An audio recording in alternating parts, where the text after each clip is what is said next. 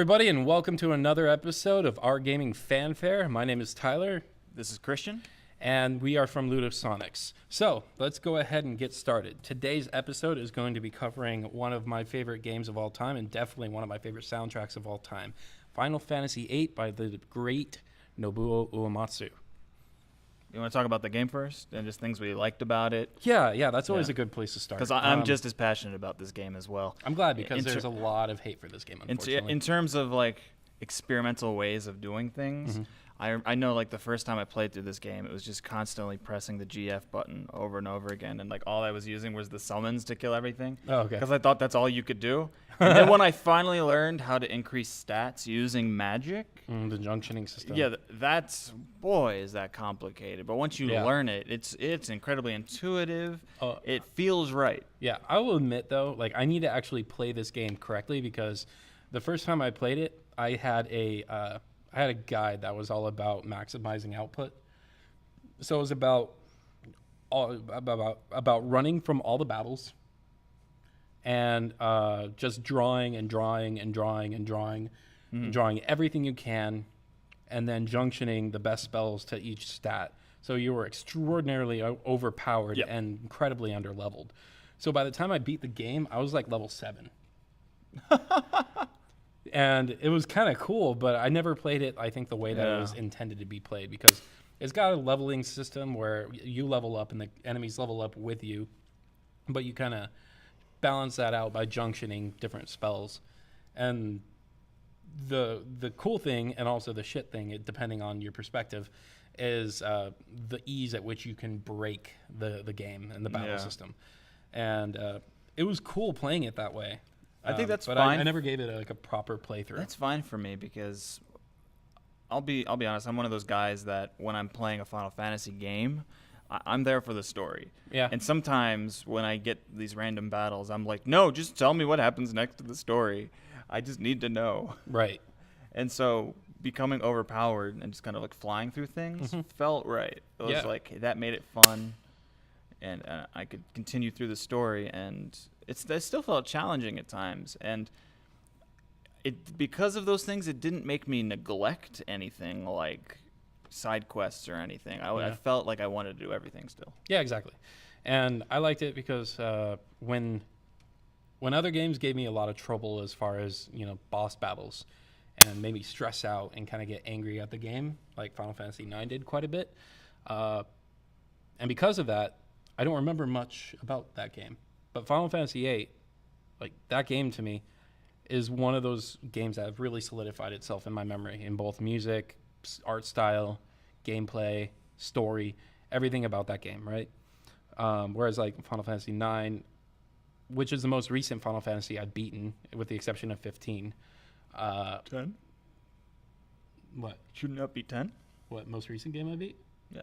Oh, you're saying, I thought you meant like chronologically. Oh, no, not chronologically. I mean, Gotcha, yeah. The most recent game that I played was Final Fantasy 15, but before that, it was Final Fantasy 9. And that was only a couple years ago, and I'm already like, what happened? I don't remember much about that game. I remember the towns. I remember some of the feelings I had, but the music definitely isn't, for whatever reason. I know it's supposed to be one of his best, but like there's nothing in that game that really stood out to me. But 8 has always been there in like one of my top. Like when I think about the music, almost all of my favorite songs come from this game, which is why I'm so excited to talk about it. The soundtrack is a good combination, I find, of things that you will never hear ever again, like the music for like maybe Our Man with the Machine Gun. That is revolutionary, and I don't think I've ever heard anything similar to that. But then you'll hear something like Liberty Fatale, which is like, well, that just sounds like Carl Orff, his big orchestral like extravaganzas, and I love that combination because it takes the whole, like, it's Final Fantasy, but realistically Final Fantasy VIII is hardcore sci-fi in so many ways, and the ways he used synthesizers in this soundtrack, just in combination with the orchestral moments, just was perfect for me, because it's like he used orchestral things for the mood music and then the synthesizers for the world building moments. Yeah, I can see that.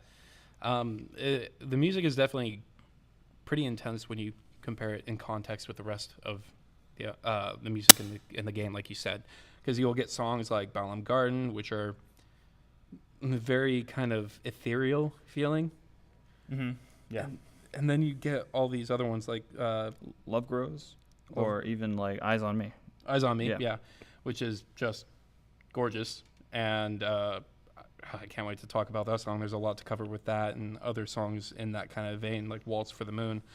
And then you get some crazier stuff like Succession of Witches or The Extreme.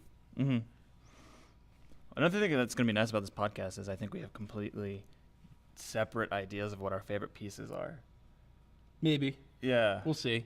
Yeah, this one's definitely going to be interesting. Yeah. So, you know what? But that shows how the soundtrack can go to different worlds. Like, we have different musical tastes. Yeah. Pretty similar, but even still, it just shows, like, I think how far-reaching it goes. Like, over the time I've known you, you could tell that we kind of, like, almost complement each other in that the styles that you compose and the styles that I compose are very different, are almost like opposites. And that's also in the stuff that we listen to. We may find that we often find the games to be both amazing, but we do end up kind of gravitating towards different songs. So that's very true. So want to start with Liberty Fatale? Yeah, let's start with the one that you hear first.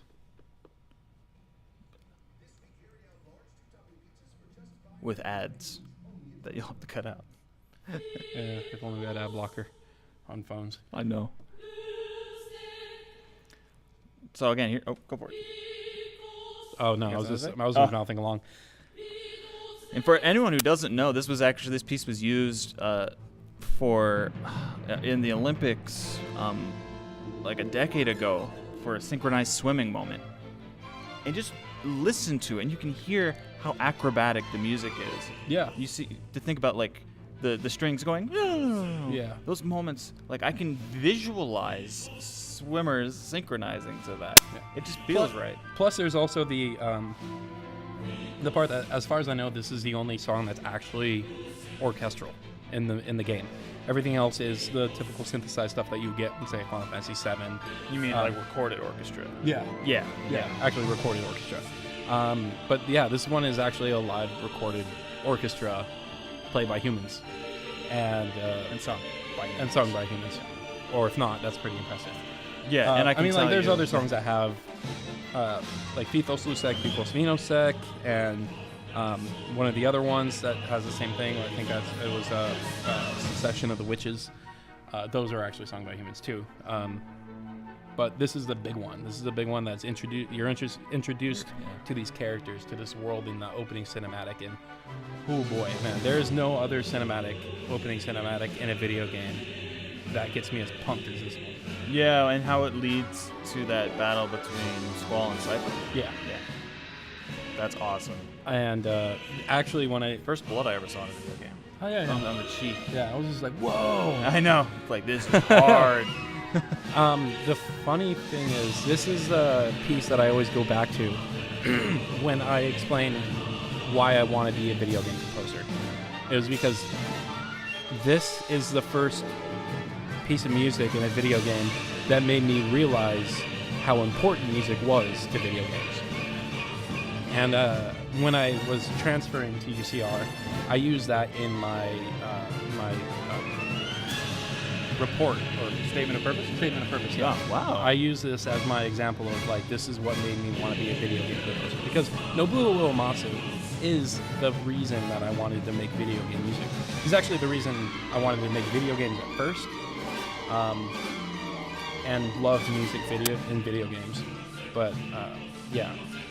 That evolving factor. Yeah, I mean, there's a whole bunch of different reasons that I wanted to switch to music. Yeah. Starting in college, meeting my professor, and all those things that kind of led me to actually wanting to make music. But Uematsu is always the first and only composer for a long time that I knew by name in the video game world, and that I genuinely respected and actively listened to. And what's amazing to me is people that have no idea about any of these Final Fantasy games. I've heard some people go to these Distant Worlds concerts, you know? Yeah. And we were actually going to show some of so Distant Worlds is a traveling tour where they have all these arrangements done, and it's with video. Conducted by Arnie Roth. Yeah, Arnie Roth. It's done with Nobuo Uematsu's music, Hitoshi Sakimoto's, Masashi Hamauzu's music from Final Fantasy XIII. And it's all of their music reorchestrated and performed with a live orchestra. And I had the privilege of seeing them back in 2014, 2015 at E3, and I was amazed. It was actually the year that they announced that Final Fantasy VII remake. Okay. Yeah. Very cool. And I was so salty because they didn't. We had kind of like hoped that they were going to talk about it, and they didn't but they did it like the next day. And I was like, oh, motherfuckers. Yeah, I know. Because I wanted to see something on it. But it was kind of cool because Hitoshi Sakimoto was there, who was like my second favorite composer behind Nobuo. So it was cool to see him there. But yeah, so Liberty Fatale for me is just an incredibly epic piece. Yeah. And I can't express how much like that song just makes my blood boil and just like, it makes me want to fucking punch somebody in like the best way. In the best way, Yeah. always good. Well, it's nice because in the Distant Worlds version of that piece, it's basically the same thing. Yeah. You know, there's nothing wrong with It's the just an orchestration. updated version. Yeah. It just sounds a little higher Well, hopefully quality. with a lot of these, we're going to see how they've sort of resurfaced in other ways because Nobuo Uematsu's music has done that. It's resurfaced in orchestral. He has his own group, the Black Mages or the Earthbound Papas. And so it's we're going to see some being of those. sampled in a lot of hip-hop and stuff. Like there's this one, oh no, it's not good. Crap, who is it? A Random? Are you thinking of Random? No. Because there's a guy named Megaran who takes... Megaran, that's who I'm thinking Yeah, of. he takes the Final Fantasy VII soundtrack and raps over it. Yeah. And he calls the album Black Materia. Yeah. Love that. Yeah, Megaran's Love dope. that. We have not talked about that. I'm so glad you know that. Yeah. Well, kind of funny. They introduced me to him. Oh, awesome. Yeah. Megaran's dope. I mean, like, I always respect anybody in the game who actively wears their nerdom on their sleeve. And so you get people like Megaran and Grimecraft. Yeah. And these people who are really fucking cool and, like, just openly wear their shit on their sleeve like that. Yeah. So I'm really cool with that. So let's go ahead and get into the next one. Yeah, Balam Garden. This song, I've listened to this song outside of the game an exorbitant amount of times. I would have this on repeat on like my MP3 player. This might be the It's most beautiful peaceful piece of music I've ever heard, Yeah. especially considering that you can be attacked by a T-Rex while listening to this. Yes, that's very true. It's okay as long as you have the sleep spell, you can trash that guy. Mm-hmm. Yeah, I remember first running into him and being like, oh no! You're right. That's the reason so many of my friends that have played Final Fantasy VIII just gave up on it in the first moment. They're like, fuck this T-Rex. Just throw that and all that. Yeah. So we were mentioning, there's obviously, like, this is orchestrated with MIDI. Yeah. So we can hear, like, the flute is supplying the main melody. And there's, like, this pluck that's probably... There's a pluck that's probably intended to be some sort of harp sound. But the thing is, I'm pretty sure, as we're listening to this, it's really, he's going for, like, a synth pluck. Mm-hmm. And it still sounds a lot more modern than if it were completely orchestral. Right. And in fact, like, I enjoyed the Distant Worlds one, and we're going to listen to that after this. We're going to show the Distant Worlds version because it's quite different, unlike the Liberty Fatale one. And it's great, and I really like it, but it misses, and this is kind of the problem with the Distant Worlds, and it's not really a problem per se, but it is, how do I put this?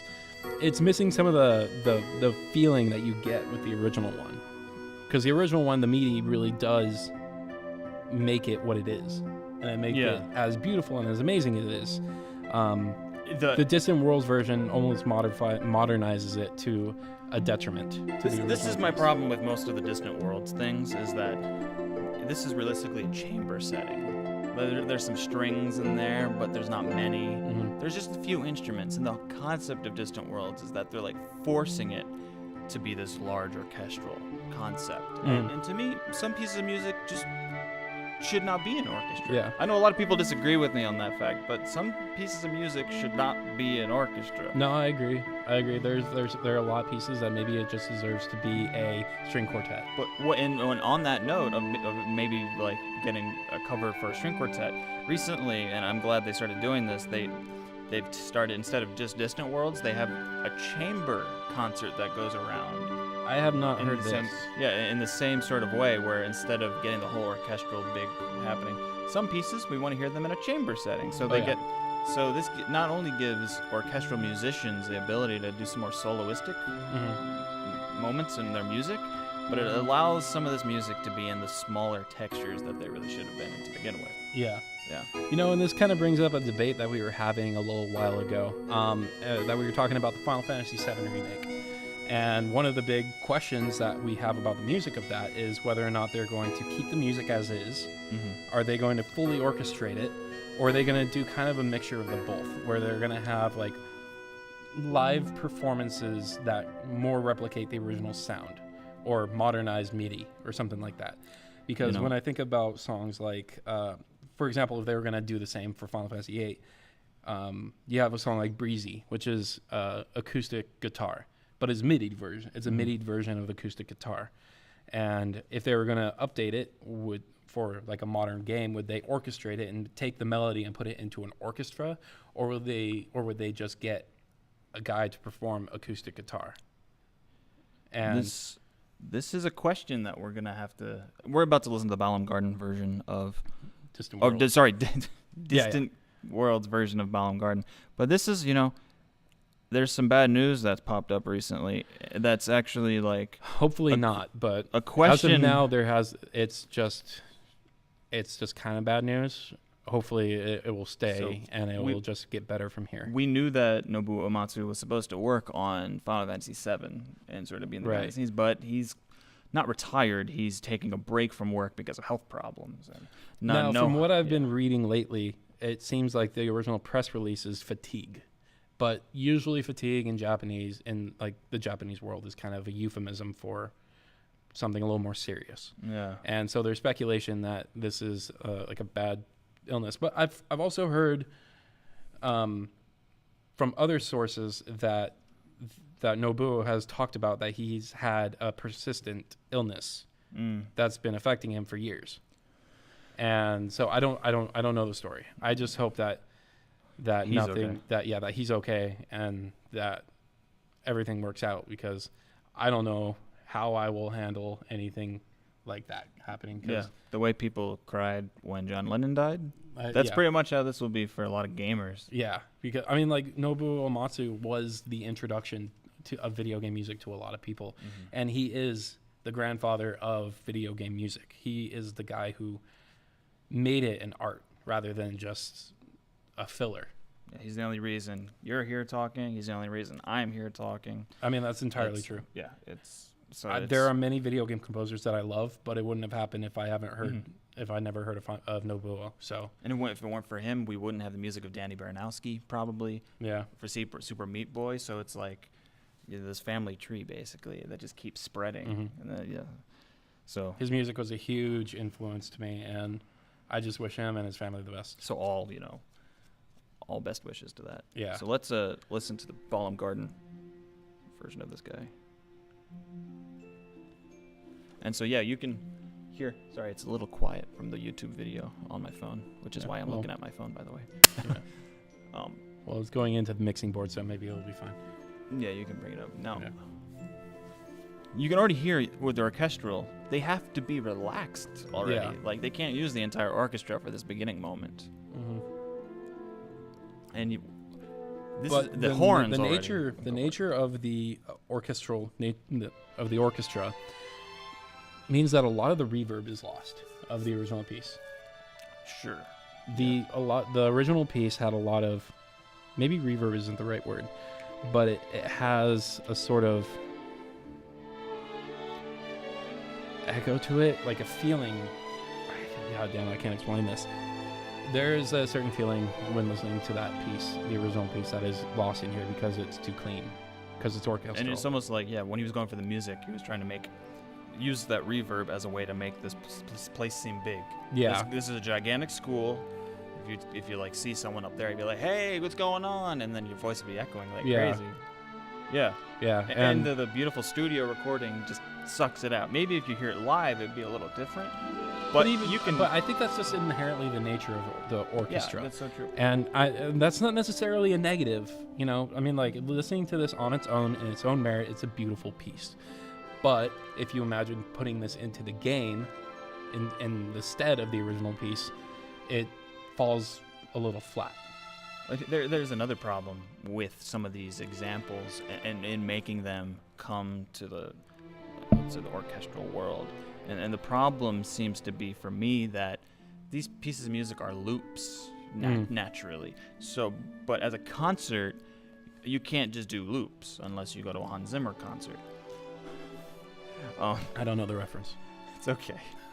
it's my feelings about Hans Zimmer music, which I'll just shut up about.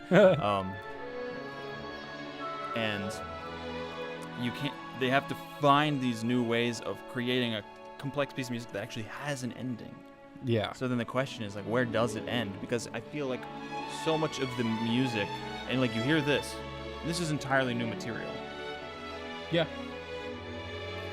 And so they need to add these entirely new moments of musical material into this already written piece of music. And part of that, to me, I don't like it most of the time.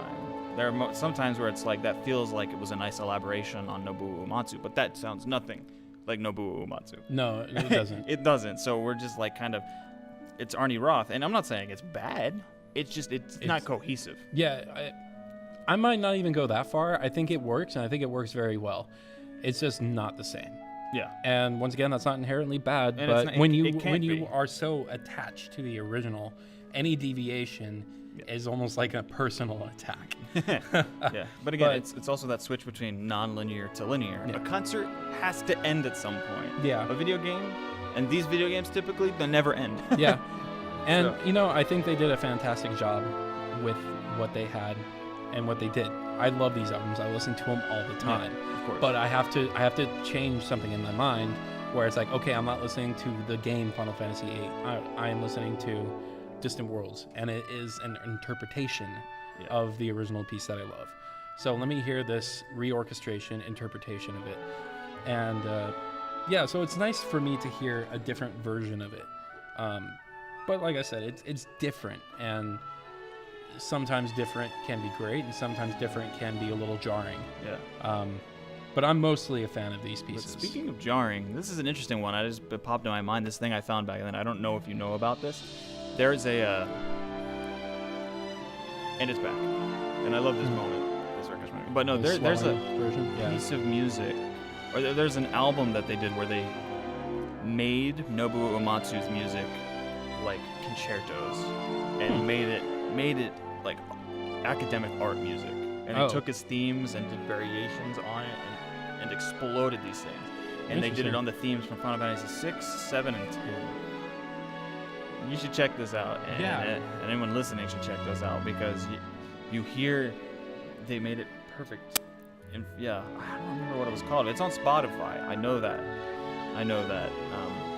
It's a concert music. Yeah, concerto.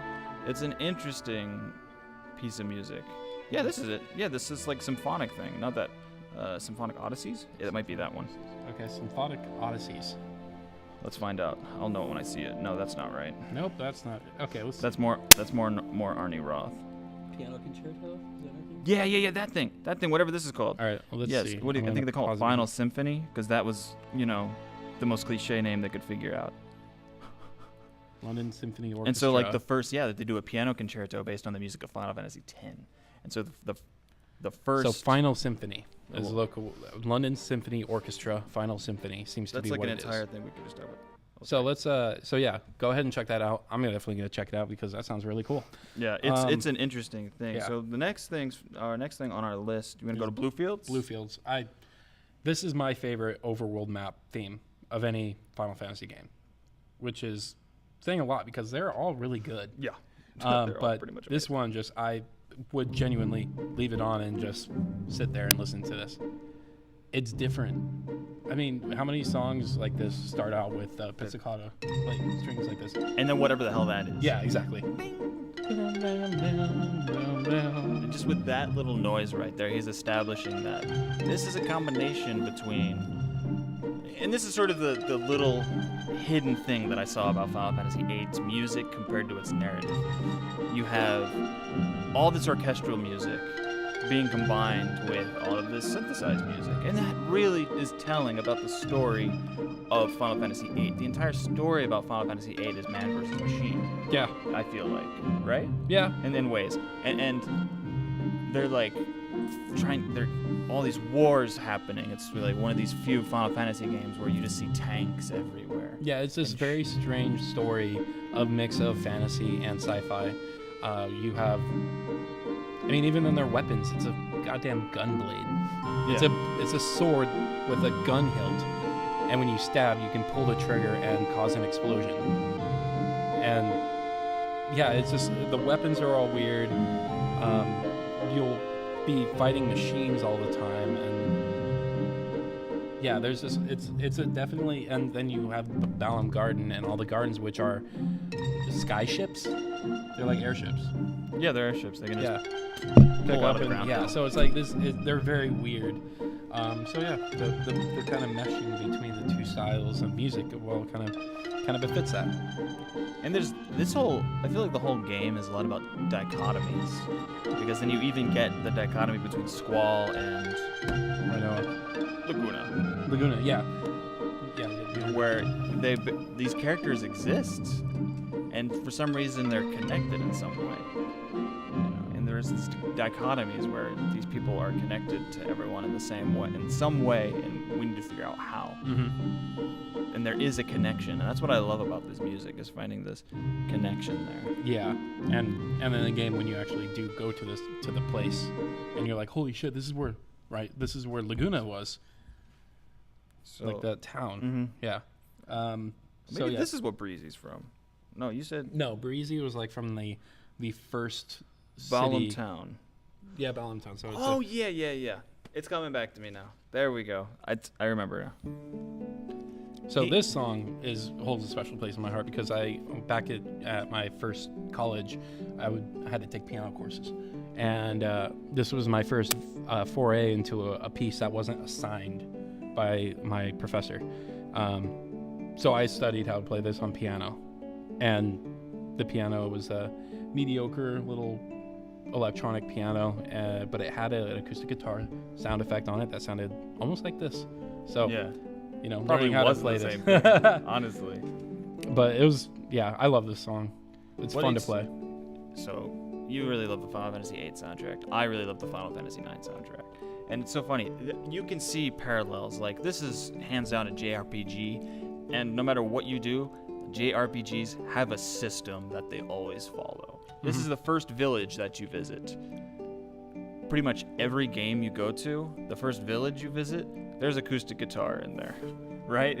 And it's this beautiful folksy sort of sound, and that's what they're always going for. The first village you visit in Final Fantasy IX is the frontier village of Dali, and the first theme you hear is with guitar. Is that the one where you jump on the flying ship? Yep. To the rope? Mm-hmm. Okay, Yeah. Soft. Yeah. To the Southgate, yeah. Yeah. To Lindblom. I started playing that again because that is my favorite game. Yeah, I played that part of the game like maybe about 20 times because my game always scratched on the airship. I know. All right, I'm playing it on Steam right now, which is awesome because I can also get achievements.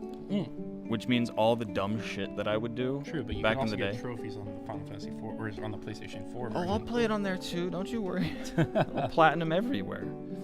But yeah, so what I find interesting about this particular piece of music is that instead of thinking of a melody, he was just like the one instrument. Let's just stick to one instrument. This guitar can provide all of the musical, all the music that we need. Yeah. The background, the foreground. This hurts a really cool part right here. Just the random harmonics that he throws in at that one section. Just really, really cool addition. And that is a nice fake harmonic sound. Yeah, it is. You can really tell what that is.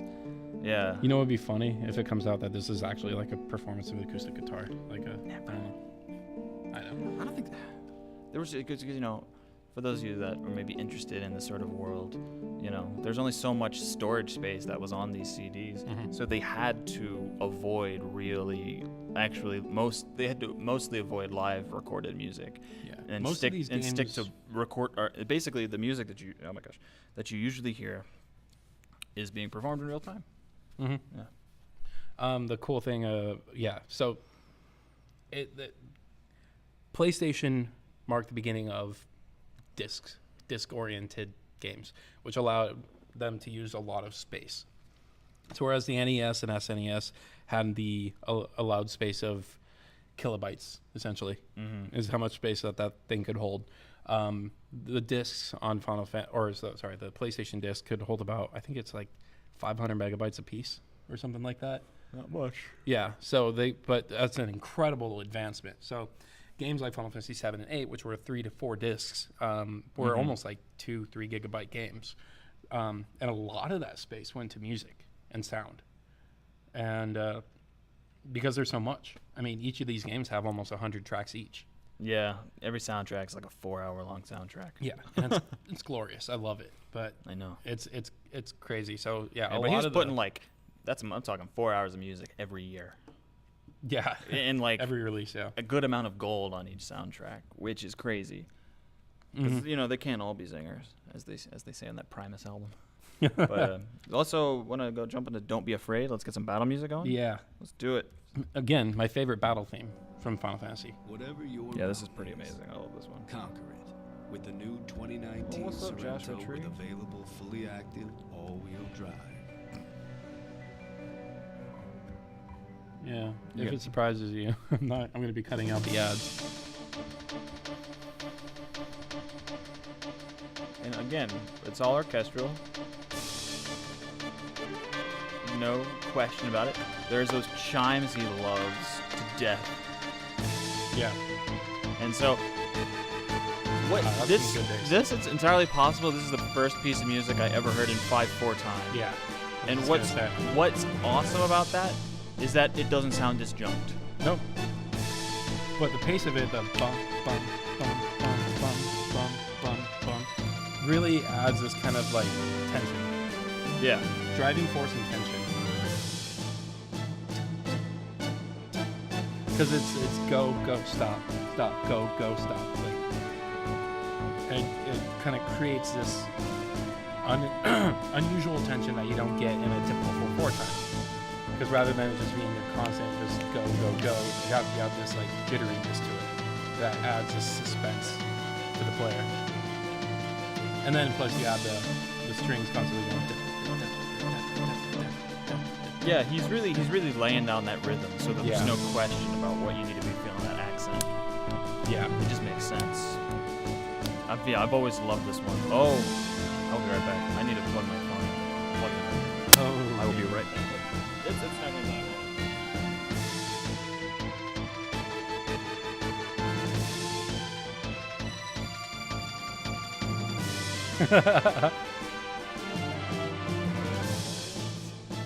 be very unprofessional.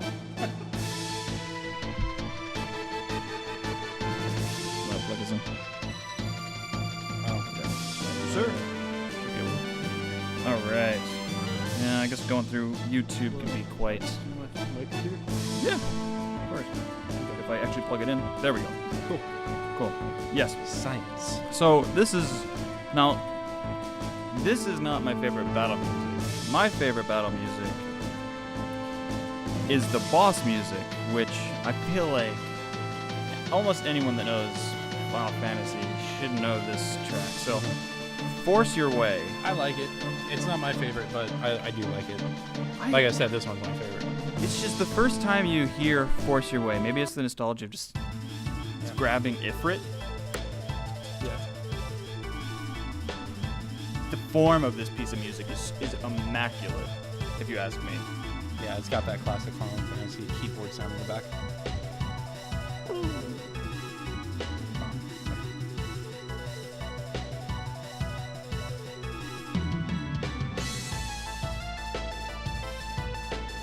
This is the perfect combination of rock and roll, heavy metal, and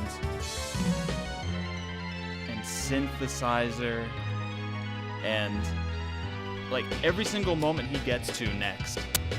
This form, it's not like A, B, A, B, A, B. It's like A, B, C, D, E, E, and it just keeps going. Yeah. With new material, and then when it finally loops, you're like, what just happened? Because like the loop, I think it's really a full like 2 or 3 minutes of original material the whole time, and he could turn all of this into an entire like symphony if he wanted to. It's that good. Yeah. I think. Just in terms of the sheer amount of material that he uses, and none of it feels unnecessary, and somehow every single section feels bigger than the last, even though what he's kind of doing is he has little moments that bring it back down a little bit, so that then the next moment feels even more intense, bring it down a little bit, and then the next moment feels even more intense, and it just keeps going. Plus, it seems like there's key changes, isn't it? Yeah, you know what? I was looking at the harmony for this piece a while back and following all the really intense aspects of it.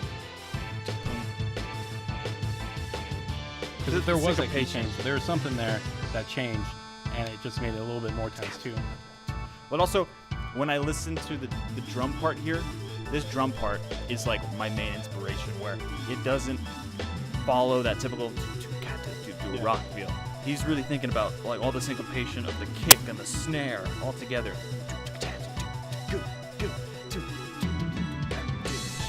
And all the fills are perfect. Yeah. And he really, I feel like, he could tell this was a winner. And he went with it and just kept going. And so yeah, that's really good. That's where it looped at like 2 minutes. And it's the perfect loop, because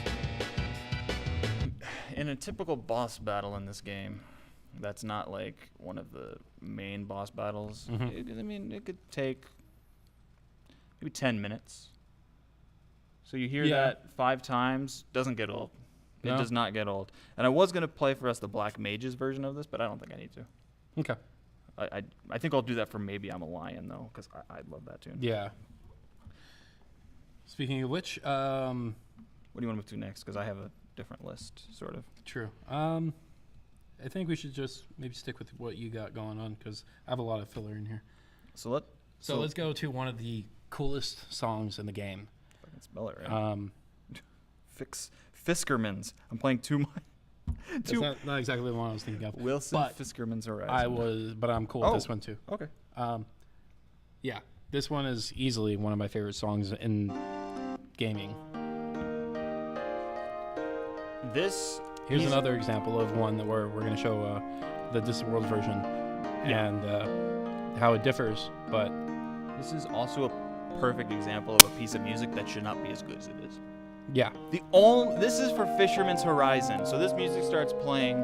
You're in your Balam Garden spaceship, and this dude's just fishing, and he's like, "That thing's not stopping." Oh! You remember this? I love that cutscene because the guy just falls off, and for something that seemed like it was terrifying to most people, where the Balam Garden just kind of like crashes into the city. They're just kind of like, "Yeah, this is pretty music. Let's have fun here." and some of like the funniest character building moments happen in Fisherman's Horizon as well, if I recall. Well, if I remember, this also happens at a pretty tense moment in the game, like actually getting to Fisherman's Horizon, or the city that this is like either halfway through the game or 2/3 of the way through the game, after something really big had happened. Yeah, so you get this moment of respite where you're in this town and there's just this music playing, and you just put the controller down and just sit back and just close your eyes. I mean, me. That's what I did. The music is just fucking gorgeous. What I love about this more than anything is how his choice of instrument is like this Rhodes metallic bell sounding electric piano instead of an actual piano. That choice to me, that's the pivotal choice. If this was piano, it would sound completely different. But instead he went for this Rhodes sound, so that it's almost as well kind of like a very relaxing, smooth, it gives it that jazzy feel to it as well. Which there seem to be a lot of jazzier moments in Final Fantasy VIII because you go to a lot of these nights, and at nighttime you go to these bars, and there's a lot of like jazzier coffee shop sort of things going on. Yeah. Well, if you want to talk about one like that, we can go to the next song. Yeah. Shuffle or Boogie. Shuffle or boogie. Now, this one. I love this song. Or do you want to do the Distant Worlds version of? Yeah, you know what? Let's do the Distant Worlds version first because keep it same. I just thought that was a good transition. It will be a great transition in like 3 minutes. Yeah. What am I typing? Distant Worlds. Oh my gosh, why do I forget about it? There we go. So this version of Freshman's Horizon I love because of how different it is than the original. It's beautiful. I like the difference. Mm-hmm. And well, it still keeps the beauty and the inherent beauty of it, which is this ethereal kind of just relaxing. There's those chimes again. Yeah. Chimes but the everywhere. vocals in this track is an interesting choice because they don't just do like a doo-doo or a la-la. They do a oro-oro. Yeah. And it's kind of a strange choice to go with, but I didn't like it at first. Mm-hmm. But I ended up growing into it. Did you hear this one live? Did they do this one? I don't know. They did when I saw it in Baltimore. That was awesome. I need to actually see if I can find the set list because I've listened to the album so much that it kind of... It's my favorite rendition of that part. There's just a little staccato and kind of... What is that technical term? Where it just... For a musical term? Yeah. I don't think it really has. It's just creating space. Yeah. Using rest. It's just because you have all these orchestral musicians at your disposal doesn't mean you need to use them at all times. Exactly. And that was a perfect example of how an orchestra, no matter how big it is, can sound light. Yeah. That's what's amazing to me about this arrangement. And I think I'm more in love with the arrangement of this one and how nothing about this seems big because it can't be. And even when it's about to be big, you bring it back down and you just get glockenspiel, glockenspiel, glockenspiel. Yeah, exactly. This is exactly a great prime example of just that, of a song being controlled. Even though you have this swelling orchestra, it's very subdued and controlled. And that's one of the things that you get in orchestral music and this type of music that you don't get in popular music is dynamic ranges. Yeah. Really. You don't get the... Like how many... Oh, God. I can't tell how many times I've listened to a classical piece, turn up the volume, and then it instantly be like, oh, shit, and turn the volume back down because they change the dynamics. It's both the great and, frankly, the annoying thing about orchestral music. That's the thing about music production nowadays. It's like because we're driving in cars and cars make tons of noise unless you're in a Tesla. Everything is so compressed. Last time I saw a Tesla, it was just right behind me. I was walking and I turned around and there was a car right there, but they make no noise, which I love. So unless you're in one of those cars, you're just, even still, because when you're driving on the highway, you've got all of this road noise and everything. So when you look at just even the decibel kind of level and the sort of back and forth of the whole audio thing, typically nowadays you want this as like brick. Oh my gosh. Beautiful. This is a great swelling into the more grandiose part of the piece. And although it's louder, it's a little more bombastic, it's still not intense. Yeah. It's still reserved in terms of register, really. Yeah. There's like these violins, they're not screaming up. It's there. emotion. Like that's what I'm getting out of this. It's putting out emotion without it being loud. And although it is swelling and it is getting loud, it's not overbearing. Yeah. It feels natural and it feels right. This is my favorite arrangement from Distant Worlds, hands down. Mm-hmm. Because then, like, the next one I want to talk about is my least favorite arrangement, which is the Man with the Machine Gun. Yeah, well, I hate the Distant Worlds version. I enjoyed it, but like I said, it's I liked because it it's at a first, different version. The thing that okay, we'll get there. Yeah, we'll get there. It's just, the nostalgia bug gets me on this one, and I can't fight it. And I am aware of my no, only the original way. But no, I like this version. Now you're cutting out all the instruments except the choir, slowly adding more in. Almost sounds Christmassy to me. You got some. Yeah, there's like. Talk about music that sounds unequivocally optimistic. Yeah. Everything about this just puts a smile on my face every single time I hear it.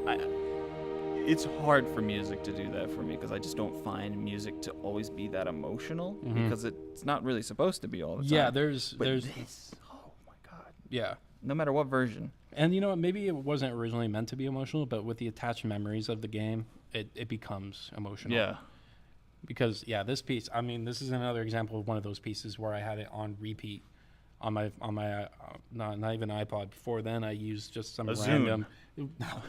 It was even worse. It was just like an MP3 player that you get from Save On. Back then it was Save On. Yeah. And it was like things. you popped in a 2 gig memory card, and it felt like you were about to crush it if you pressed it too hard. And I had the Final Fantasy VIII and Final Fantasy VII soundtrack on it alongside some other rock music and stuff. And I would just listen to Fisherman's Horizon and Amy and all these different songs on repeat along with some of the Final Fantasy VII stuff. Totally unashamedly, even though it wasn't orchestral, even though it was synthesized, I always found it to be incredibly beautiful. And I always had these on repeat, just repeating. God, that's 9th grade. Did you ever listen? My 9th grade. AOL Radio had a Final Fantasy radio, and all they played was Final Fantasy music. Did you ever? Was that just me? Because I would literally for an entire day sit at my computer and play dumb games online, or even just literally play solitaire while listening to the music. Oh wow! No. Because listening to the music was the main focus of what I was doing and ingraining it. You want me to put on Man with the Machine Gun? Yeah, we could do that. Oh, let's do it, my When I said the coolest piece, one of the coolest pieces, that's the one I was talking about. Oh, I thought it was going to charge, but it doesn't. So, the Man with the Machine Gun.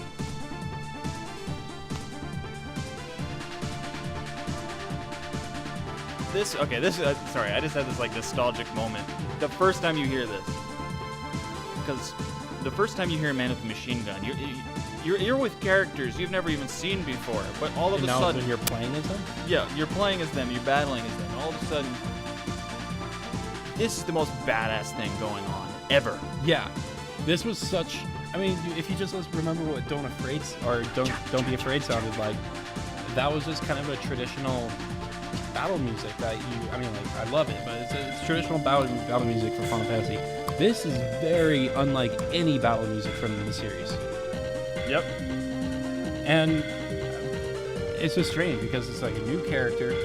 It's just a guy with a machine gun. Man with a machine gun. And his crew. And it's just so vastly different, and it's so cool. Well, there's something. It's rocking, and it's also got this crazy synth going beneath it. But I love the pads in the background because when these battles are happening, they're all dreams. So this is dreamy battle music. This is his conceptualization of what that would seem like, where you're not sort of. It is, but it isn't, right? Technically, if we want to get into spoiler territories, it is a guy, and it is what happened. Yeah, no. Squall's just dreaming this memory. He is dreaming the memory, which I don't even remember how that happened. I don't either. But even so, you're in this separate realm at that moment, and this music really sounds like a separate realm. Compare it to the main battle music, Don't Be Afraid. When you hear this, something about it is just so dreamy, and with those pads in the background. Yeah. But there's this, quite frankly, obvious duality between the characters that you play as. You play as Squall and you play as Laguna, and the duality is there in almost every regard. You have in personality and looks, and then you have the love interest with Rhino and Squall, and then with Laguna. And I don't know her name, but it's a girl who sings "Eyes on Me," and which we'll get to too, because that song, man. No. But yeah, so first we're gonna get to Man with the Machine Gun version of Distant Worlds, and talk about that a little bit, because we're gonna have differing opinions on this for sure. Because I love this. with the exception of one thing. I keep remembering. One thing I never liked in Distant Worlds is the drum kit. Yeah, I hate that. Yeah, and it's the same with in Genova, their version of Genova. I never liked the drum kit because it always sounds out of place.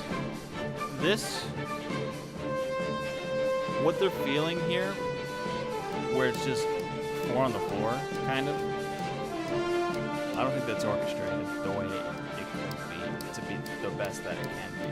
I don't like this part because it really kind of brings it down, and that's exactly not what the song is. Yeah. It's kind of like bringing it down, and then it builds back up. But Man the Machine Gun is almost supposed to be like a rock song, and that it's just, or an EDM song, where it's just going forward the whole time. And like my whole favorite percussive moment, it's gone. You know what I'm talking about? Yeah. I like this. Yeah, I like all this. But see, stuff no, too. that's all brand new material. Yeah. So, but I also like the rendition of the main theme on there. Is that the flute? It's the brass. Oh, that. Yeah, flute with xylophone. That's a good choice. Yeah. That's always a good. Or is that oboe? In the beginning. Oh, I didn't.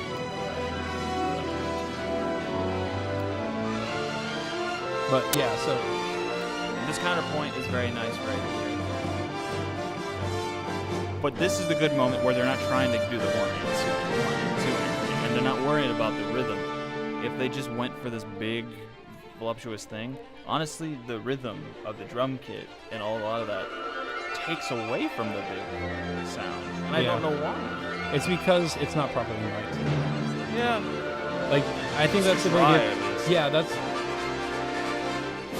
that's a problem with the drum kits in the orchestra for me, is that whenever I hear it, and especially in the Distant Worlds ones, and all of them that I've heard, the drum kit always takes away from it because it's not properly mic'd and it doesn't sound as good as every other instrument. If you had it where the drum kit was in its own room, segregated, mic'd properly, and actually had it in there professionally done, it would sound like it belonged better, weirdly enough. The live nature of it deters from the fact that everything else doesn't sound like it's live. Yeah. Because we almost when hear you the hear all orchestra. the orchestral instruments together swelling, it sounds like a studio recording. Yeah, one instrument. Yeah. And drums really stand out in a negative way because of that. Because they don't belong. Drums don't belong in an orchestra, traditionally. You know, you have percussion, and you can emulate that. And weirdly enough, that stuff all together sounds fine when it's percussive. If you had all these, the drum kit separated with the proper instruments playing the same thing, it would be totally different sounding to me. Yeah. You know, you had the guy on the bass playing the bass part, you had the guy on the snare playing the snare part, and you had the cymbals, the guy with the cymbals and stuff, all that doing the same thing. But there's something about a drum kit that is inherently lesser than the culminated into like a lesser version of the separated versions, right? All like the cymbals are smaller, the bass is smaller, everything is kind of more compact to be able to be played by one person, and because of that, the audio quality kind of dips. But that's usually made up for by being mic'd properly. Yeah. And especially in like a rock venue or a metal concert, they always mic them properly, and they're always the more powerful versions of what they really are. I just spaced out for a little bit, thinking about what a good setting, what a good instrumental setting would be for this piece of music. I think they could do it with orchestra. I just don't think this is the way I would have liked them to do it. Mm-hmm. Better yet, imagine hearing this piece of music in a marching band setting with like the drum line doing yeah. That could sound so groovy. Yeah. In like the best way possible. Yeah. And I want to actually make that happen now. So all the shit talking that I was talking about is funny because I was saying like, oh yeah, I love this piece. And then I was listening to it, I'm like, start picking it apart. So maybe I didn't love it as much as I thought I did. Yeah. There's a lot of arrangements that they've done. And like all of the music that's on Distant Worlds, I don't know why I'm pointing there. That's not where Distant Worlds is. It's just I'm looking at our audio recording. the thing about Distant Worlds is that not every single arrangement that they've ever done is on those CDs. They have even more, and they had a lot of people. And I don't know if they had a lot of people. Maybe there was only a couple people doing these arrangements, and so they can't all be perfect. Yeah. But I mean, I'm spacing out now. My turn to space out. I don't know. I've never hated that version, and there's a lot of moments of it that I think are brilliant, very, very brilliant. But I'm just not quite there with it 100% like I am with the Fisherman's Horizon, which I truly love. Did we ever do Shuffle or Boogie? No, we're gonna do that next. Oh yeah, baby, Shuffle or Boogie. Shuffle or Oogie Boogie. It's Halloween time at Disneyland, so. So this is a triple triad song. One of the best mini games in any video game. I will put it up above Gwent. I will put it up above the Final Fantasy IX. Obviously, Final Fantasy IX sucked. Yeah. I like that music I spent though. so much time on triple triad. What I hear the most right now is just how bass heavy it is. Like you never realize it. I think that's where the boogie goes in. He has these really low frequencies.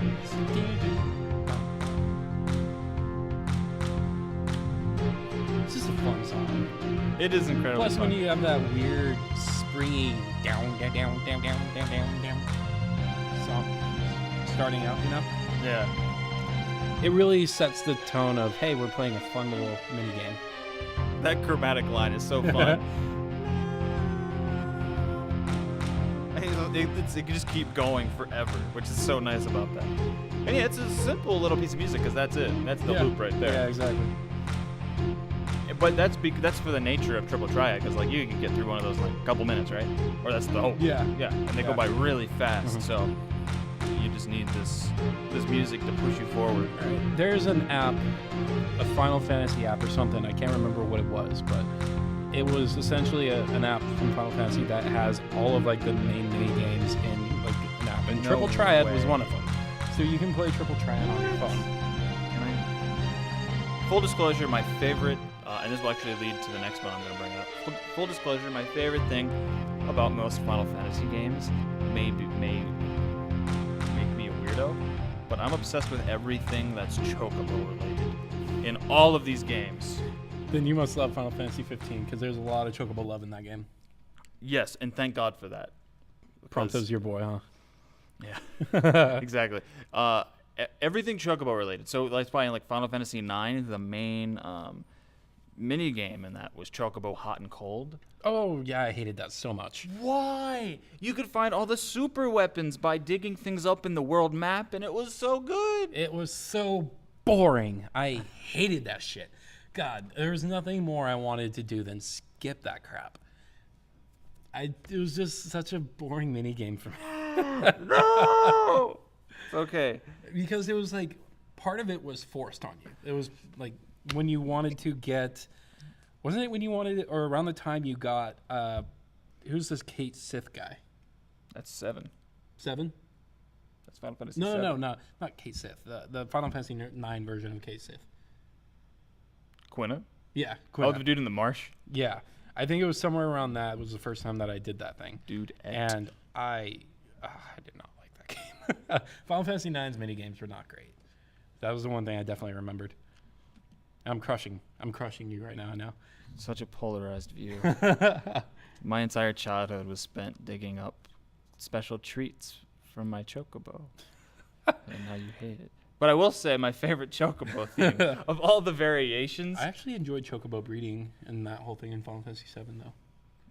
Oh, that I enjoyed it, but it was complicated because then you get your Knights of the Round nonsense. Oh, yeah. Oh, boy.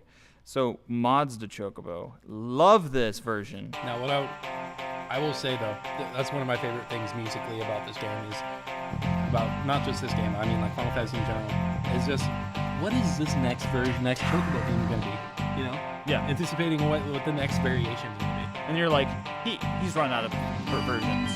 It's like, oh yeah? Well, then I'll do it in 3, and then I'll do it in 5. in the same game. Yeah. So you get the Waltz de Chocobo and then Cinco de Chocobo. Yeah. I don't know why I've always loved this version. It's like surf rock, right? Yeah, Would you say? yeah. It just always made me feel like I was at the beach. And it's the most faithful one that he had there for a while, because all of the Chocobo themes in Final Fantasy VII were just so strange.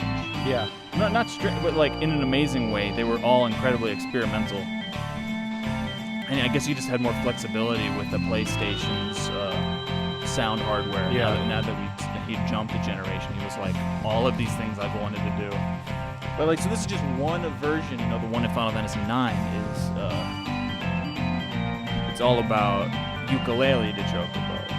And what are some other amazing versions? We got in Final Fantasy VII. There's also electric de Chocobo. Yeah. And it still happens, because then in Final Fantasy X you get swing de Chocobo. Yeah. And that's why I'm just still waiting for Final Fantasy XVI so that we can get dub de Chocobo. Why is there no dubstep version of this game? It's not okay. We need this, and I don't know who's gonna do it. Nobody. So we need to get Skrillex on this, or someone that gets it. What? No, sorry, no, not Wub de Chocobo. That's what it is. Okay. I need that. I need that. That will officially make my mind happy, I think.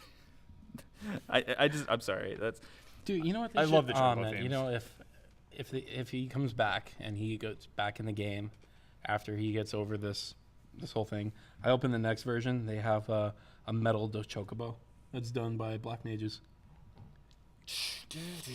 That'd be so cool. Yeah, I mean, there's so much.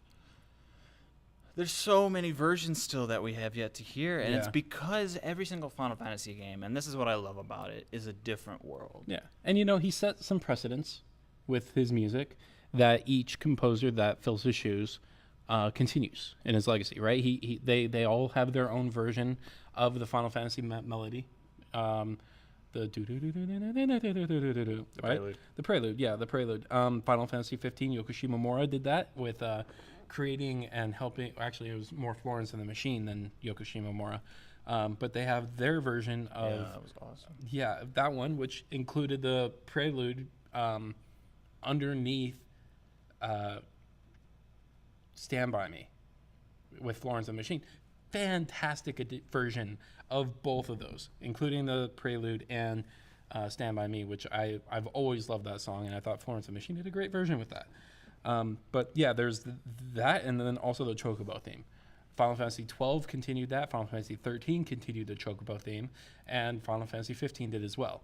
They all have their own versions of what their interpretation of the Chocobo theme is. Cool. And It's cool. It's all very cool. none of them would dare say, "Can I try to make my own Chocobo theme?" If anyone says that, I would hope they'd be instantly fired and blacklisted from the world. Yeah. Not just the game community, from the world. That's a crime against humanity. If someone wants to change It's that, iconic, you know. And the other one is that all of these games, if you've noticed too, at least one point has the Nobuo's victory theme too. Actually, I don't know about 13, but 12 does when you beat a boss, and then 15 does in rare circumstances. But even 15 has the actually when you level up. yeah, When you level up in 15, it plays that theme. So they all have there's staples that Nobuo created in these old games that the new composers have continued on, while still adding their own flares. But to I think that's a nice thing that we need to recognize about continuity. about newer games as well.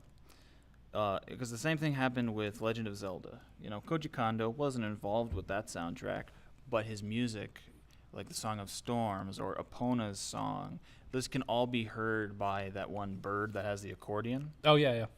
And that's just it. They are icons that you can hear, and they take something that, like, Nintendo, they even, like, Link, he's blue now. Like, this game, forget everything you ever knew about Legend of Zelda. Yeah. It's different now. But they know that people still need that. About Breath of the Wild? Yeah. Okay. And they have this, all the music is totally new, and it's a totally different attempt at the music, but they know that the things that really made that world. Yeah. And they make sure not to get rid of it. Mm-hmm. So I think as, like, because Koji Kondo, he's getting up there in age. Nobuo Uematsu, his health's not so great. We need new people, but they can't neglect what built an empire. Yeah. Built these IPs to where they were. I hope that Final Fantasy is one of those games that just continues on in perpetuity. Mm-hmm. Because, people make fun of the fact that there's 15 Final Fantasies and that it should end or whatever, but the name and what they've set in precedent lends itself for infinite possibility. Mm-hmm. There's no reason why Final Fantasy can't continue with new people and a new world and stuff. And I'm excited to hear what someday a new composer who has no connection to previous works in the industry, or I want to know what a Final Fantasy composition piece composed by someone who grew up as a fan of Nobuo Uematsu, what they would make, Because we've had different ones, but they've worked with Nobuo, or they've worked on older games. You have Hitoshi Sakimoto, you have Masashi Hamauzu, who Hitoshi Sakimoto worked on Final Fantasy Tactics. That was his first Final Fantasy game, so it's not like he was a newbie when he did 12. And then you have Masashi Hamauzu, who started working with Final Fantasy on Final Fantasy X with Nobuo Uematsu, and then you have Yoko Shimomura, who obviously did the Kingdom Hearts series, so it still had some realm of work with the Final Fantasy. They were around each other. Yeah, so I'm waiting to see the newest edition, the youngster who comes in inspired by these composers and inspired growing up playing Final Fantasy and hearing what they're able to create. You think that youngster will still be Japanese? That would be very interesting. I've been thinking about that. Like, Americans and Canadians and people all around the world grew up playing these games and inspired by them. Who's to say that you won't see someone outside of Japan create music for Final Fantasy? Maybe not on mainline, but a spin-off Final Fantasy. Yeah. That'd be kind of cool to see. I'm intrigued. Because they could also bring in some of their own flair and own. I'd be too scared shitless to do it myself, but. Man. Are you kidding? That's just it. Every person that jumps into this IP has like such a standard to live to. I'd be like, yeah, exactly. Let's not do that. I'll stick to what makes you think I'm good. Yeah. So to get back to some of the last music on our list here, Waltz for the Moon. You know what? Let's do Eyes on Me first. Eyes on Me. Eyes on Me with a Z, right? Tupac.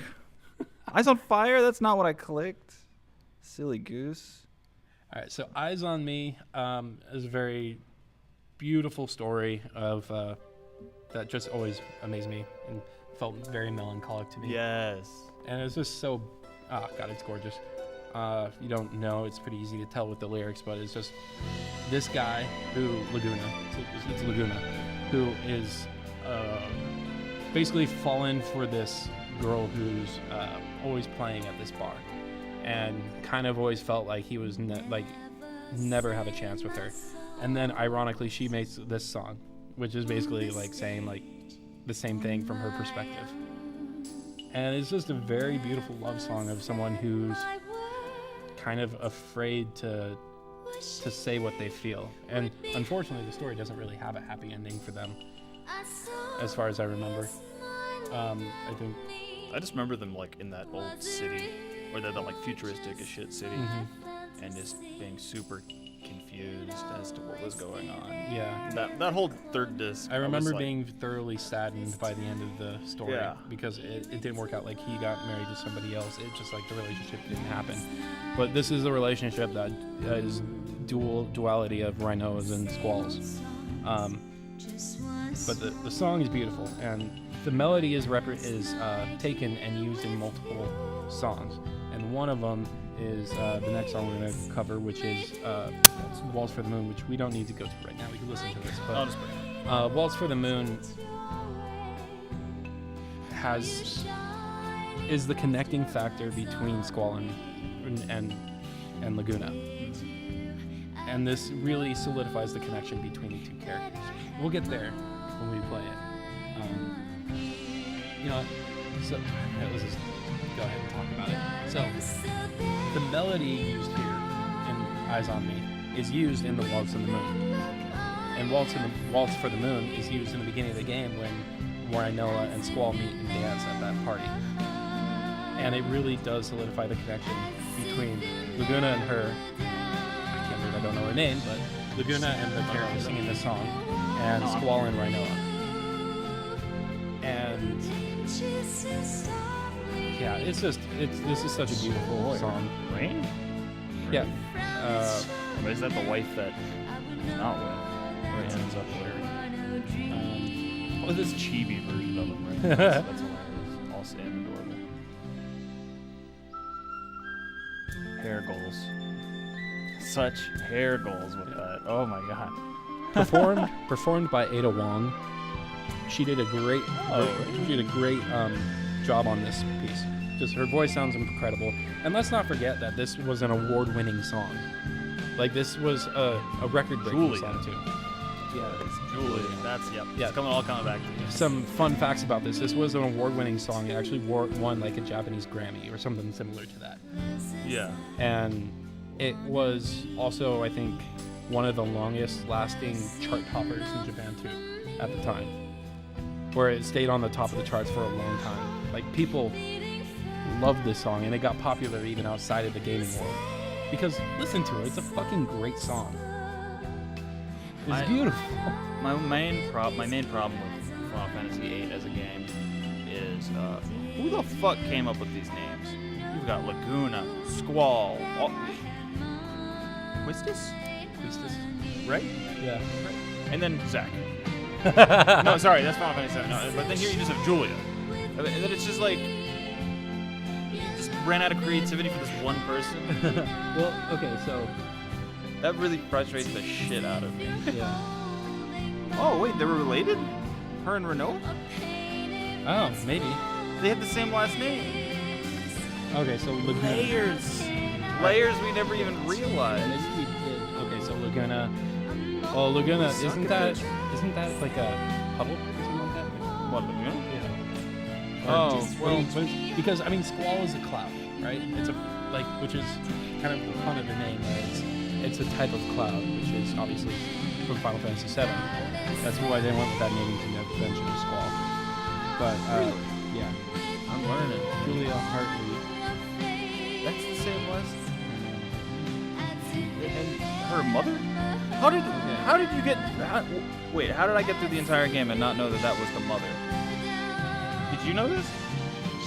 I don't remember it, but I do remember something like this because if you remember, the town where this whole thing happened with this family, with her and with Laguna, is where all the characters grew up.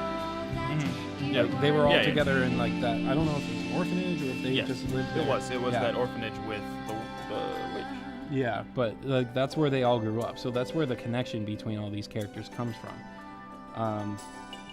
I just don't remember. The thing I don't remember is what the direct connection between Laguna and Squall was. Right. But there was a connection there. Yeah. Oh, man. So that song was gorgeous. And this song, if you listen to the melody, the nice little waltz for the dancing, but melody right here, it's Eyes on Me.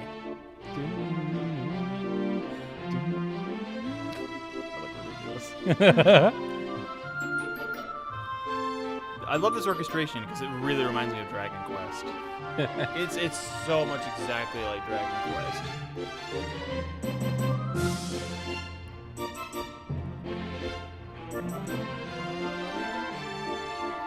Nice.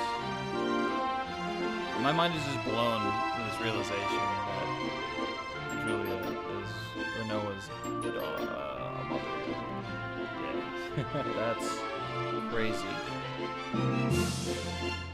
So for a game that's all about dichotomies, it's perfect to see. Oh shit, apparently Laguna and Squall actually meet face to face in the game. I did not know that. You don't remember that? No. That I remember. And the Esther, whatever you want to call that. This game had the most names that I didn't know how to pronounce. I was just kind of assuming I was right. It was like choose your own pronunciation kind of game.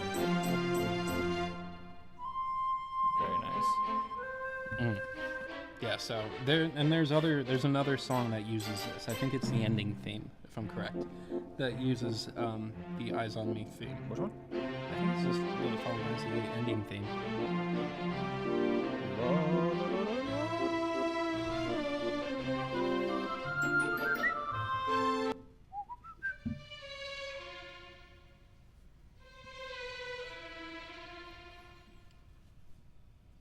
We shall find out.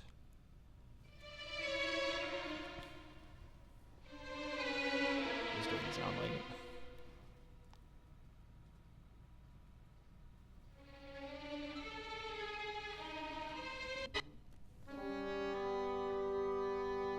Are you sure it wasn't the successor? Yeah, I'm sure.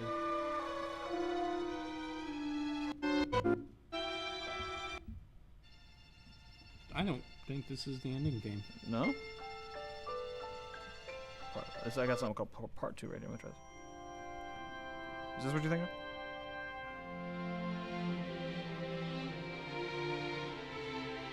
No, okay, maybe I was wrong. Anyway, let's go ahead and just skip that and go to Amy. That's still pretty. Am I? Yeah. Now this song is also important because it also connects the two parties, right? Rhinoa, Squall and their group, and also with Laguna and that whole thing, because Amy is Balam Garden, but this is, I believe, what plays at that town. So, if I'm correct, this is the song that plays when you kind of find out that they were all together in the orphanage. So this is connecting them in the past to them in the present at Balam Garden. Yeah. Because this is just a piano rendition of the Balam Garden theme. So it connects the two worlds. Yeah, this is a gorgeous piece of music. Again, another great choice of instrument. Here, I think the piano was the right choice. It was the right choice. Yeah. But it's going for a different feel than the other Balam Garden. Yeah, and it is a totally different feel. So it makes you realize that this musical theme itself is sort of like a leitmotif for that whole group of friends. Yeah. Or their home, or something like that, right? Yeah. Something that represents their home, because Balam Garden is their home now, whereas the orphanage was their home then.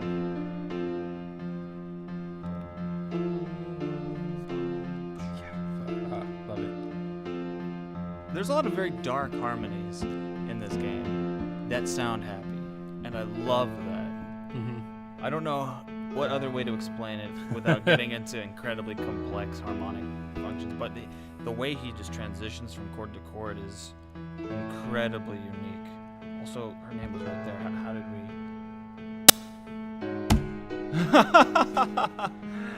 I had written down the song Julia, which is, of course, its own take on Eyes on Me as well.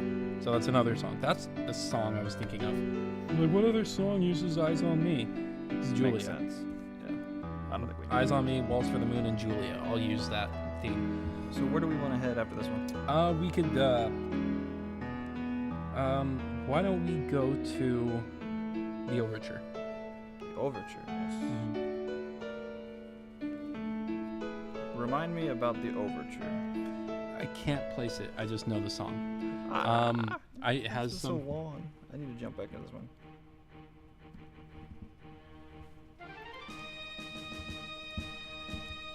Because don't they go to like that right there? That to me is so nostalgic, and I think it's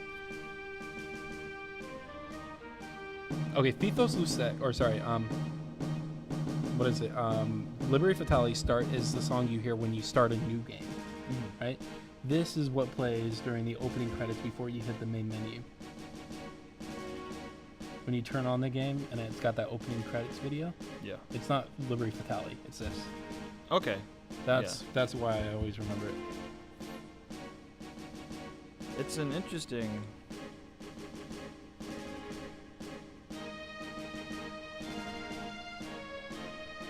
It's interesting because I have trouble placing like where he grabbed the material from, or if it is just all separate material and is just using it to sort of. Yeah, I see what you're saying, because usually overtures, at least in the classical realm and opera and stuff, they use motives throughout the piece to kind of conglomerate it into one single piece that represents the entirety of the piece, the entirety of the work, distill it into one song. Yeah, but this just feels like all new material. It feels like it's part of the world still, though, the sonic world that he's going with Final Fantasy VIII, so that doesn't concern me at all. But for what we expect from an overture, Yeah. it sounds a little different.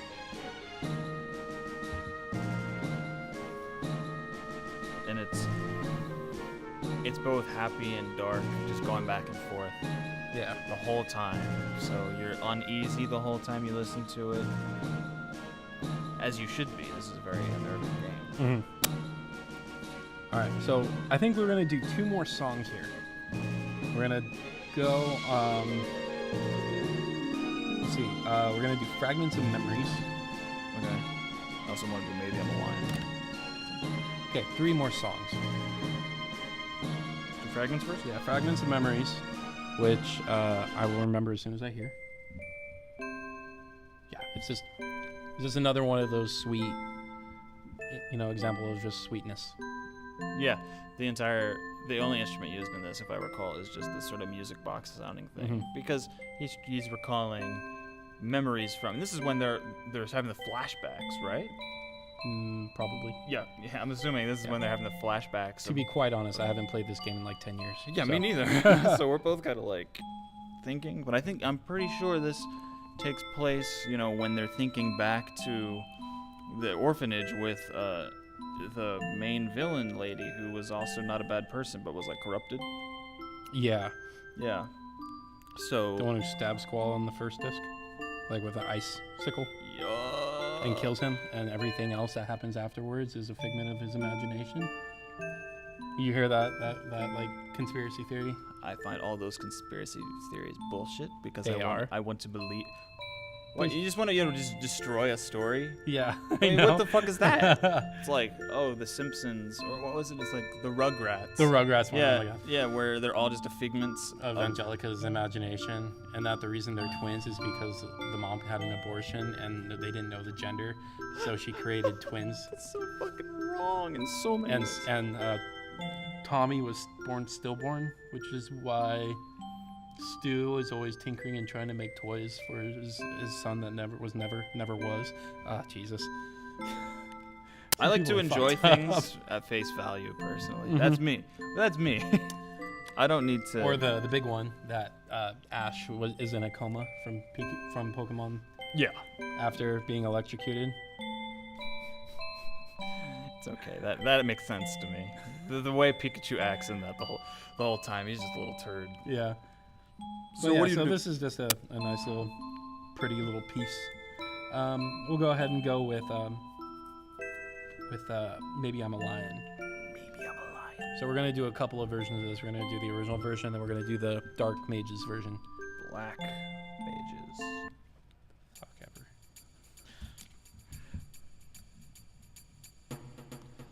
Great rhythm. Oh, this is like, when I hear this, you're in the final boss right now. I think there was like 5 different stages of this boss too, and so this is like the second stage of the boss. And all of a sudden, you hear these like drums that are just going like crazy, and in my mind the whole time I just hear like primitivistic music. Oh yeah. Where it's just like, oh. Maybe is this the Squall's theme or something?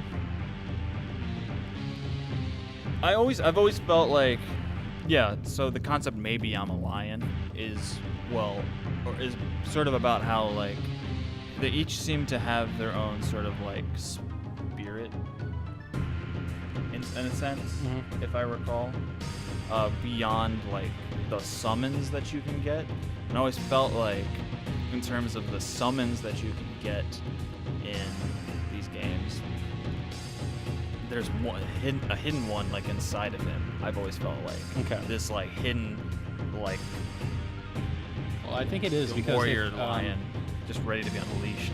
Yeah, because I mean his name is Squall Leonhardt, and I think it's kind of an homage to Richard the Lionheart. But it's also, if you know the symbol, the Griever symbol from the game, it's like almost like an upside down cross or something, where it's a lion head on top, and that's what Squall wears. But yeah, there's a lot of lion references to his character. But yeah, this is just a cool song, man. But even better is the Ooh. Black Mages version. For those who don't know, Black Mages is a rock band put together by Nobuo Uematsu, where he plays the keyboard in this. Maybe I'm a lion. Oh, yeah, I forgot about that. This is my favorite Black Mages track. Because they take that what is originally, it really is a very different version. Instead of these tribal drums, they just kick right into it. They just stab you with sound.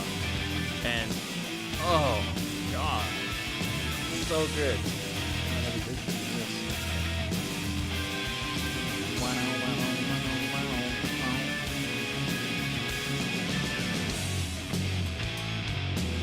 Nice little ride cymbal. Crash, crash, crash, ride cymbal.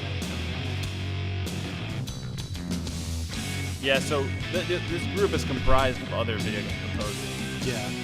Is Hitoshi in here? Let's take a look and see. Yeah, let's see who the actual members of the Black Mages are, because, yeah, Nobuo Uematsu. Because back then, when I first heard of them, I didn't know any of them. Yeah. But I know a lot more about I know the Metal Gear Solid So we have guy. Nobuo Uematsu, Kenichiro Fukui, Tsuyoshi Sekito, Keiji Kawamori, Arata Hanayuda, and Michio Okomiya. Did you know any of those other ones? Not off the top of my... I thought one of them was like the guy that sort of was the guy that did music for Metal Gear.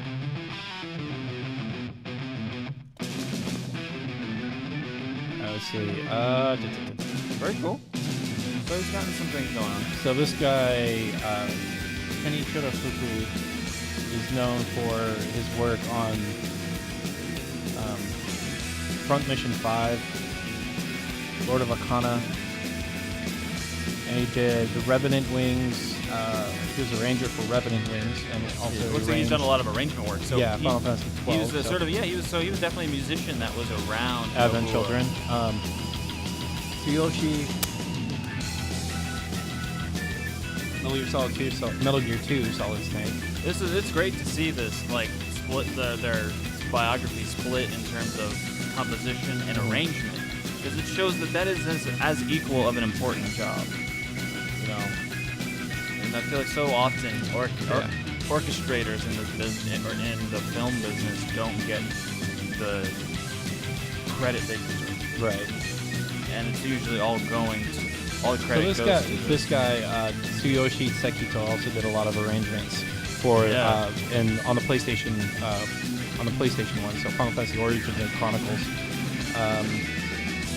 Final Fantasy 3, the DS version of the Dissidia games. Yeah, and he did some compositions There you too. go, Metal Gear Solid 2. Well, Metal Gear 2. No, Metal Gear Solid 2. Metal Gear 2 Solid Snake. Metal Gear Solid 2, if I'm correct, was done by Okay. that Hollywood composer. Yeah. So the last one was Gregory the William Extreme, right? William Gregson. Yeah. No, I know who you're talking about.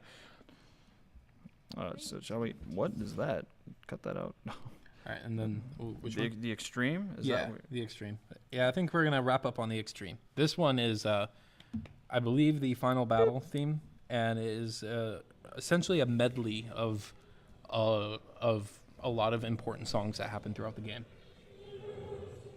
but done in kind of a contorted way. Because if you remember the final boss theme or the final boss, this happens during in like a weird time thing, right? Yeah. What do you mean? like time got really contorted and fucked up at the end of the game. Yeah, well, the entire last disc is basically once you get that spaceship, and there's really like only one place you can go. Once you get to the last disc, you can't go to any of the villages ever again. And I was sitting there like, well, fuck, I needed to empty these chests or whatever, and all this stuff, I can't get there anymore. So yeah, it's like time stopped. Or something like that. And you had to do all of these really weird, complicated things to get to the optional bosses and whatnot. And so yeah, But is this battle music? Or is this just... I'm wondering if it's battle music or if it plays during... Before you do it. I don't know, but yeah, this right here I think it could be. To me, this is very reminiscent of Breezy, kind of showing you the beginning part of the game. Let me bring it up. I'm so curious because I listened to this and I could see how this could play during a battle, and particularly especially once it kind of kicks into the second section, which I think, if I'm correct, is reminiscent of Man with a Machine Gun. This is another one. They actually, yes, it is. So is okay. Oh, actually, no. It's the old school battle theme.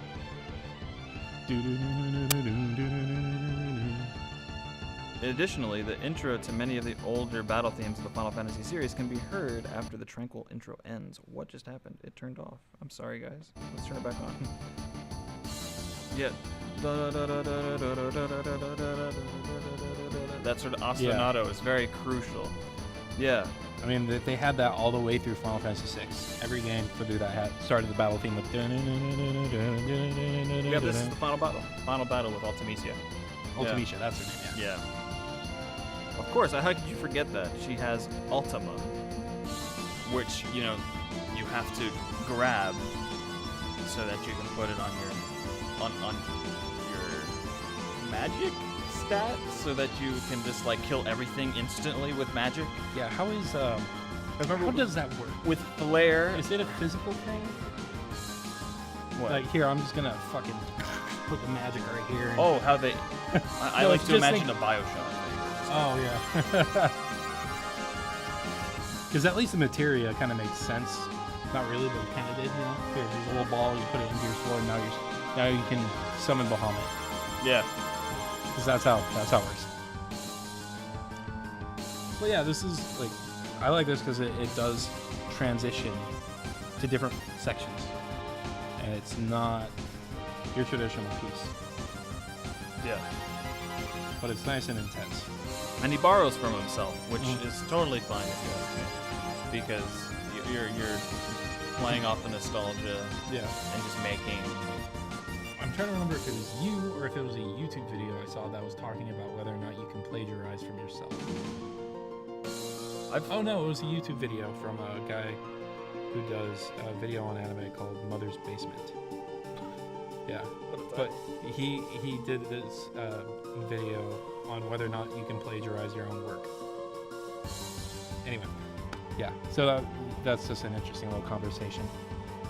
This is the Final Fantasy VIII soundtrack is such a interesting mix of fully acoustic or sounding MIDI instruments and his love of synthesizers, which you can really start to hear. And he definitely started to follow that love in Final Fantasy VII, because things were getting, all the original Final Fantasies were so still in a very much almost like the medieval time period with those sorts of things.